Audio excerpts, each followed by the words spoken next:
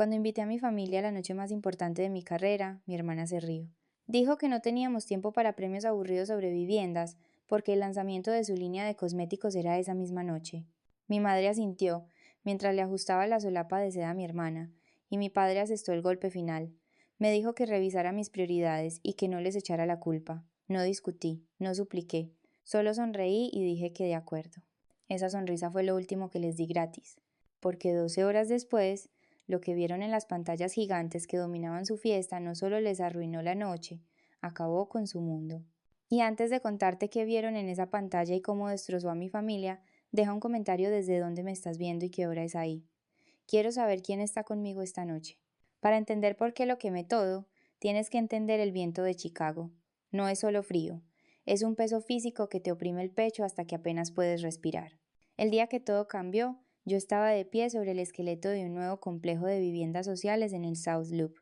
Estábamos a 15 grados bajo cero. Tenía los dedos entumecidos dentro de los guantes mientras inspeccionaba las vigas de carga de acero, asegurándome de que la estructura aguantaría el peso de las familias que un día dormirían allí. Yo construyo cosas que duran. Ese es mi trabajo. Tomo espacios rotos y vacíos y los convierto en santuarios para gente que no tiene nada. El móvil vibró en mi bolsillo. No era un mensaje preguntando si tenía frío. No era una llamada de mis padres para ver si había sobrevivido a la ola de frío polar. Era una notificación de mi hermana Ashley.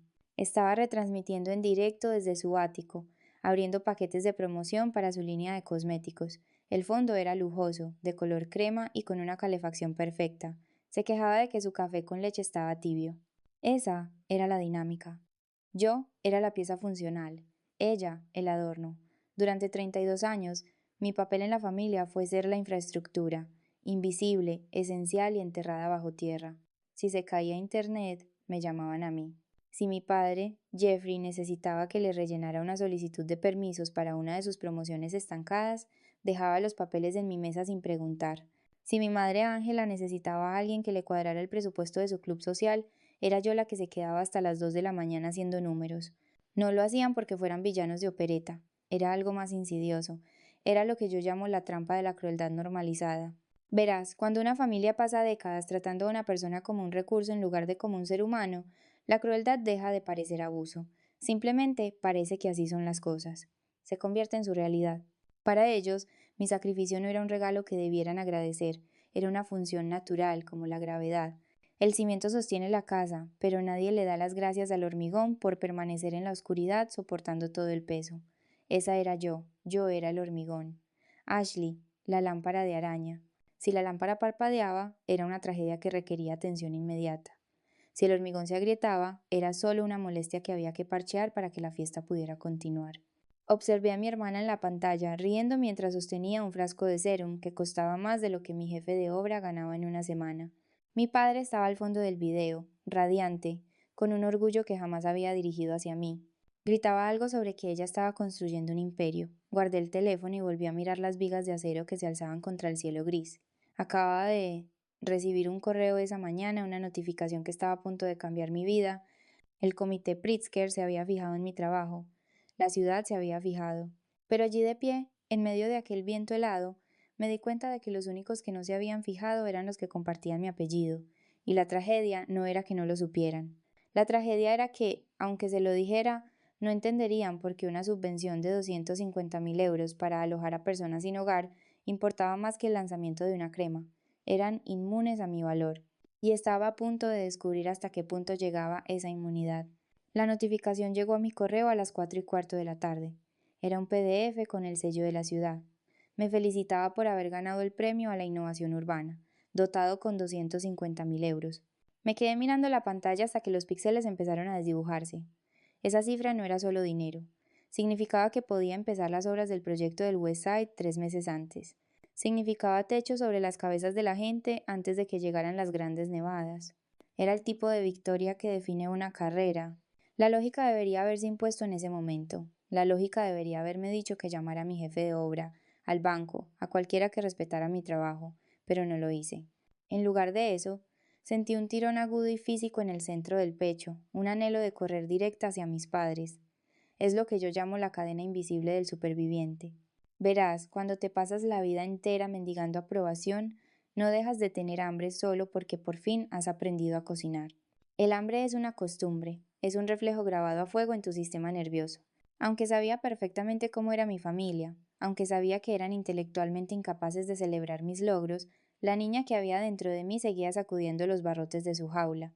Susurraba que quizá esta vez sería diferente. Quizá esto era lo bastante grande. Quizá 250.000 euros era el precio de entrada a su amor. Es una patética y desesperada memoria muscular que te mantiene atado a la gente que te hace daño, arrastrándote de vuelta al mismo pozo seco, esperando que, contra toda ley física, esta vez haya agua. Así que dejé que la cadena me arrastrara. Salí antes del trabajo. Fui al mercado y compré filetes caros, chuletones de vaca madurada, de los que a mi padre le gustaba pedir cuando fingía que aún podía permitirse la buena vida. Fui a su casa, cociné. Puse la mesa con la mantelería buena. Creé el escenario perfecto para mi anuncio.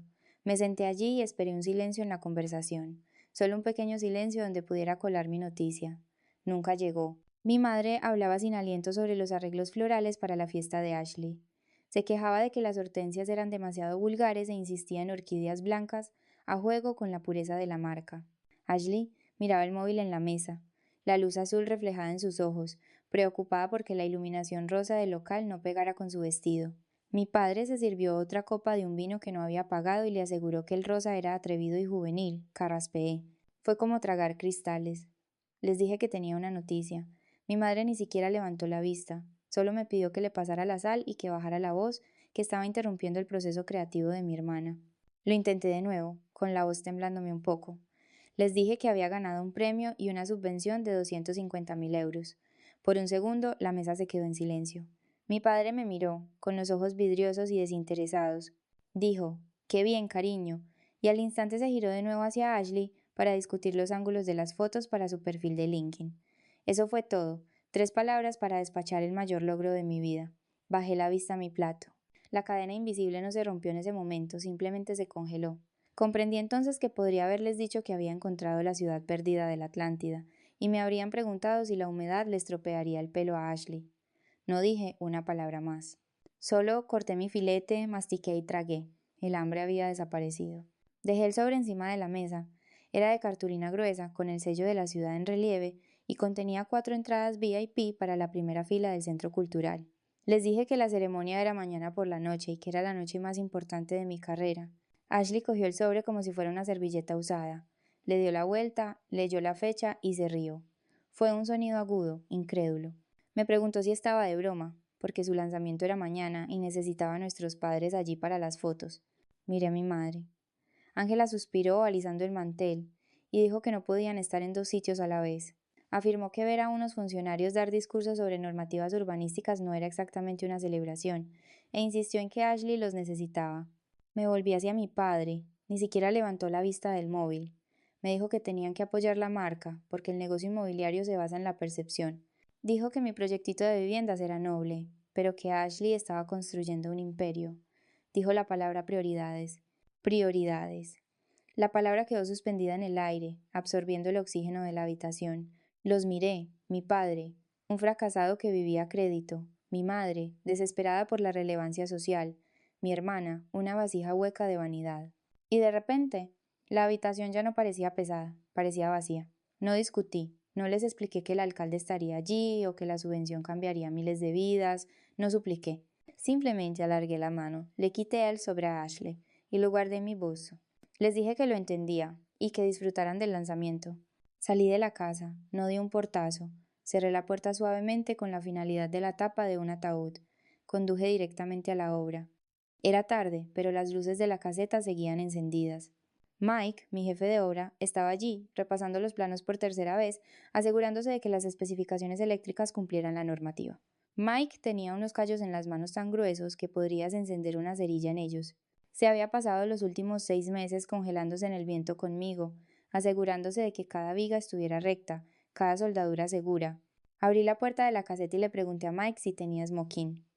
Levantó la vista, confundido con un sándwich a medio comer en la mano, y dijo que tenía el que usó para casarse hacía 20 años. Saqué el sobre del bolso. Le dije que tenía 4 entradas VIP para la gala de la ciudad de mañana por la noche, con cena y barra libre. Le expliqué que se las iba a dar a mi familia, pero que de camino me había dado cuenta de algo. Ellos no construyeron esto, lo hiciste tú. Lancé el sobre a su escritorio y le dije que trajera a su mujer y a los jefes de equipo, porque quería que la gente que de verdad había sudado por este proyecto estuviera sentada en primera fila cuando ganáramos. Mike miró las entradas y luego a mí. Abrió los ojos como platos al darse cuenta de que eran los asientos caros. Le dije que iba en serio, y por primera vez en todo el día sonreí. No fue una sonrisa educada. Fue la sonrisa de alguien que acababa de darse cuenta de que tenía las llaves del castillo y había estado intentando dejar entrar a la gente equivocada. A las 8:30 de la noche, estaba en el vestíbulo del Centro Cultural de Chicago, ajustándole la pajarita a Mike. Parecía aterrorizado, pero digno. Su mujer, Sara, estaba radiante con un vestido que se había comprado esa misma tarde. A nuestro alrededor, la élite de la arquitectura de la ciudad pululaba, bebiendo champán. El aire olía a perfume caro y a dinero viejo. Al otro lado de la ciudad, la fiesta de Ashley estaba en pleno apogeo. Lo sabía porque el móvil me vibraba cada 30 segundos con notificaciones. Había alquilado el ático del Hotel Monarch. Era un espacio al aire libre, justo enfrente de la valla publicitaria digital gigante del edificio Meridian. Ashley se había gastado 10.000 euros en alquilar ese espacio durante exactamente una hora, de 9 a 10 de la noche. Iba a proyectar el anuncio de su campaña en una pantalla de 15 metros mientras sus invitados brindaban por su éxito. Era la pieza central de su noche, el proyecto de vanidad definitivo. Miré el reloj, las 9:05. La ceremonia estaba a punto de empezar. El alcalde subió al escenario. Habló sobre el futuro de Chicago, sobre la sostenibilidad, sobre las personas que estaban rediseñando nuestra forma de vivir. Yo estaba sentada en primera fila, flanqueada por mi equipo, los hombres y mujeres que habían vertido hormigón bajo la lluvia y cableado edificios en la oscuridad. A las 9 en punto, la cara de Ashley debía iluminar el horizonte de la ciudad, pero no lo hizo. Verás, la gala de la ciudad tenía un acuerdo con los medios. El evento se retransmitía en directo en las cadenas de noticias locales. Y como era un evento patrocinado por la ciudad de gran importancia, el ayuntamiento había ejercido su derecho de dominio público sobre ciertos espacios publicitarios para emisiones de emergencia y anuncios cívicos. La valla del edificio Meridian era uno de ellos. A las 9 en punto, el alcalde anunció el ganador del premio a la innovación. Proclamó que el premio era para mí, por mi trabajo pionero en viviendas sostenibles y dignas para personas sin hogar. Subí las escaleras. Las luces me cegaron por un segundo. Cogí el pesado trofeo de cristal. Miré al público, a Mike secándose una lágrima, a Sara aplaudiendo con tanta fuerza que debían de dolerle las manos. Y en ese preciso instante, a 5 kilómetros de distancia, la pantalla gigante que dominaba la fiesta de Ashley parpadeó. La cuenta atrás para su anuncio desapareció. En su lugar apareció una señal en directo de alta definición. Mi cara, de 15 metros de altura, llenó el cielo nocturno. La cámara hizo zoom mientras yo levantaba el cheque de 250.000 euros.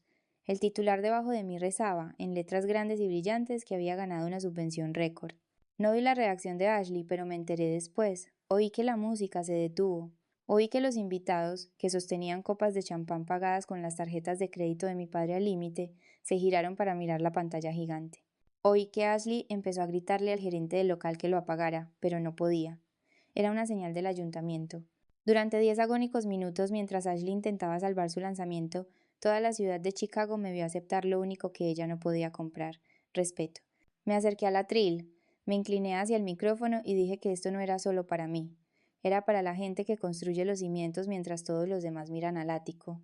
A la mañana siguiente me desperté con un teléfono que ardía como una granada. Tenía 347 llamadas perdidas. La mayoría eran de mi madre, Ángela, unas cuantas docenas de mi padre, Jeffrey, y 5 de Ashley. No desbloqueé la pantalla. Simplemente me preparé un café, me senté junto a la ventana de mi pequeño apartamento y vi caer la nieve. Sabía exactamente lo que estaba pasando. Era la predecible escalada del narcisista que ha perdido el control de la narrativa. Primero viene la ira, luego el revisionismo. Efectivamente, cuando por fin revisé mis redes sociales, mi madre había estado ocupada.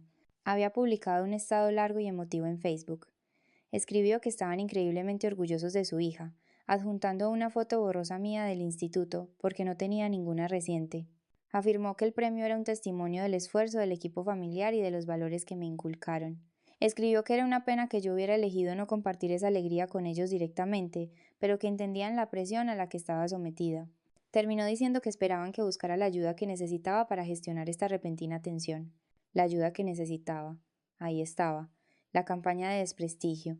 No solo intentaban atribuirse el mérito, estaban sembrando las semillas de la inestabilidad. Le estaban diciendo a la familia lejana, los tíos, los primos, los socios, que yo era maníaca, desagradecida y estaba superada. Estaban tejiendo una historia donde mi silencio no era un límite, sino el síntoma de una crisis nerviosa. Mi primo Brandon me envió un mensaje preguntando si estaba bien, porque había oído que lo estaba pasando mal y que estaba acaparando el dinero de la subvención. Me quedé mirando el mensaje. Acaparando. El dinero de la subvención ni siquiera estaba en mi cuenta personal, estaba en un fideicomiso restringido para los costos de construcción. Pero para mi familia el dinero nunca fue una herramienta de trabajo, era un recurso para ser consumido. La idea de que yo tuviera $250,000 y no les estuviera comprando cosas de inmediato era, para ellos, una prueba de locura. No le respondí a Brandon, no respondí a la publicación de mi madre, no entré en su juego. Me di cuenta de que discutir con ellos solo validaría su narrativa. Si gritaba parecería loca, si me defendía parecería culpable. La única jugada ganadora era ser el hormigón, silenciosa, sólida e inamovible. Fui a la oficina, me senté con mi equipo, abrimos los archivos del proyecto, empezamos a asignar los fondos. Mientras mi familia estaba ocupada intentando destruir mi reputación en Facebook, yo estaba ocupada pidiendo 50 toneladas de acero, que susurraran. Yo tenía trabajo que hacer. El martes por la mañana me llamó mi recepcionista. Su voz sonaba tensa mientras me decía que había un hombre que decía ser mi padre y exigía una reunión con mi departamento legal. No parpadeé. Le dije que lo hiciera pasar a mi despacho. Cuando Jeffrey entró no tenía la mirada derrotada de un hombre al que su hija acaba de ignorar. Llevaba su traje de raya diplomática azul marino, el que él creía que le hacía parecer un titán de la industria. No se sentó. Lanzó una carpeta de cartón sobre mi escritorio.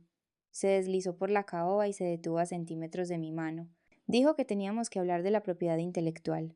Su voz era tranquila, el barítono ensayado de un hombre acostumbrado a fanfarronear en salas de juntas. Miré la carpeta, luego a él. Supuse que no era una visita de cortesía.